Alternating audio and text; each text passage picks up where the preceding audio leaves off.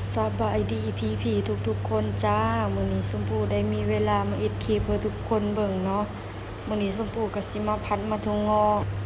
ชมพู่ก็หยาดเวลามาถ่ายคลิปเนาะทุกคนเพราะว่าชมพู่ก็เอ็ดเวเนาะเอ็ดเวเสาเลิกเวค่ำแบบนี้หั้นนะชมพู่ก็เลยไม่ได้มาถ่ายคลิปเพื่อพี่เบิ่งชมพู่ไม่ได้ลงคลิปโดนแล้วทุกคนแต่ขามาถ่ายชมพู่ก็ทันละเคยลงคลิปเลยพี่ก็คงคิดฮอดชมพู่อยู่ติเนาะอย่าลืมชมพู่เด้อทุกคนเด้อพัดมาทงงอกับอย่าบุดีชมพู่เด้อทุกคนมาเอ็ดอยู่หน้าห้องน้ำอย่ามันเปินห้องดิอยู่กันหลายคนอยู่กับหมู่ 3-4 คนนี่แหละทุกคนก็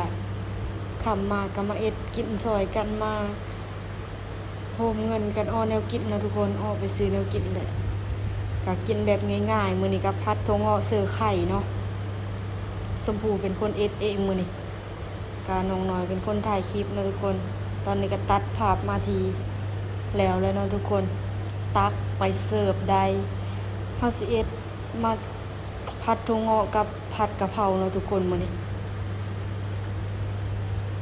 น้องน้อยก็เป็นคนถ่ายคลิปเพื่อชมพู่สีเขียวๆนี่ผักกะเพราเด้อทุกคนนี่ตักไปมีเป็นตาแสบไปเลยเนาะทุกคนหน้าตาค่ะผัดมาถั่วงอกเสิร์ฟไข่หน่วยหนึ่ง กินไปตามมีตามเกิดเลยทุกคนเลยเพราะว่าเฮามาอยู่ต่างบ้านต่างเมืองเนาะนี่โคกซาชมพูก็อันนี้แหละทงย่างกับจอกเลด กระใสอันนี้ไปก่อนแล้วทุกคนเพราะว่ามันมีโคกมีซาเนาะนี่คือบ้านเฮาใส่โคกใส่ซาตำเฮาอันนี้มาอยู่บนอื่นมันก็ไม่มีแล้วทุกคนเพื่อสิปรับตัวอะไรถ้ามีเงินมีคำเลยสิซื้อโคกซื้อซามาเด็กทุกคนนี่จะเสิร์ฟมาเพชรลงไปอันนี้มันมีแหละก็เอามาตับใหม่เนาะสมพูตับมีแหละเอามาทุบไม่ได้ตับเราทุกคนทุบเอาแล้วก็ขลุนเพื่อมันหอมห่วยแล้วจังเอาไก่ลงเนาะบัดนี้เนาะบัดนี้ก็โคไปแล้วก็สีเอาไก่ลงแล้วทุกคนบัดนี้เอาไก่ลงแล้วก็สิปิดผ้าเอาไว้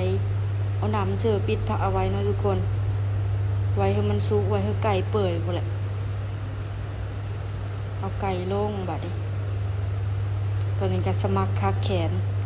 กลิ่นแห้งขนาดเลยข้างห้องด่าอยู่ดอกทุกคนเลย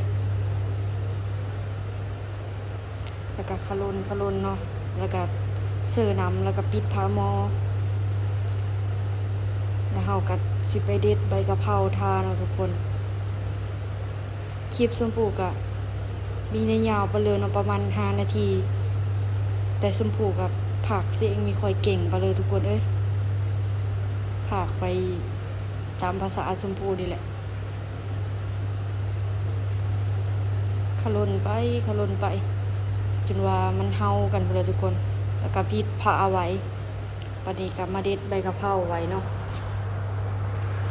มาเด็ดมาล้างใบกะเพราไว้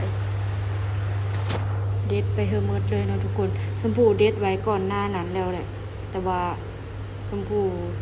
มาเด็ดเพิ่มอีกเพราะรู้สึกว่ามันน้อยเกินไปแกงไก่เสือใบกะเพราทุกคนเคยกินอยู่บ่บัดนี้ก็หาเครื่องปรุงแล้วทุกคนเก็บขยะเราจังหาเครื่องปรุงมาปรุงเนาะอันนี้ก็สิเป็นห้องโคของชมพู่เองทุกคนเป็นคนจัดสรรเงินมาเอง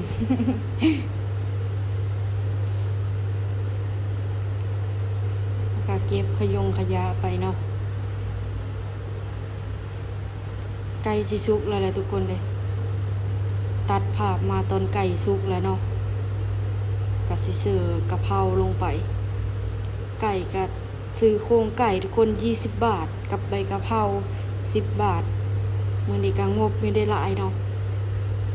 ถั่วงอกกันเลอะจากการต้มเข้าไปกินเสิร์ฟซอสหอยเสิร์ฟรสดีเสิร์ฟแป้งโนแล้วก็เสิร์ฟน้ำตาลเท่านี้ก็จบแล้วทุกคน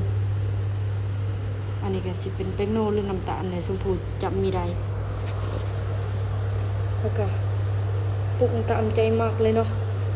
มักแบบเลยก็ปรุงเอาแบบนั้นเนาะทุกคนชมพูก็สิปรุงตามใจมักชมพูนี่แหละแล้วก็เอาใบกะเพราลงนะทุกคนบัดนี้สุกแล้วก็ซีมเบิ่งแล้วก็จังเอาใบกะเพราลงเนาะคลิปนี้ชมพูก็ไม่ได้ถ่ายตอนกินเลยทุกคนเพราะว่าชมพูก็เกรงใจหมูแน่นะแล้วก็ลืมถ่ายแน่แหละ ว่าสิถ่ายตอนตักเสื้อถ้วยแล้วหมดแล้วอะแต่ชมพูลืมกดถ่ายเนาะทุกคนตอนกินก็ไม่ได้ถ่ายสำหรับคลิปนี้ก็มากก็ฝากกดไลค์กดติดตามชมพูเลยเด้อบ๊ายบาย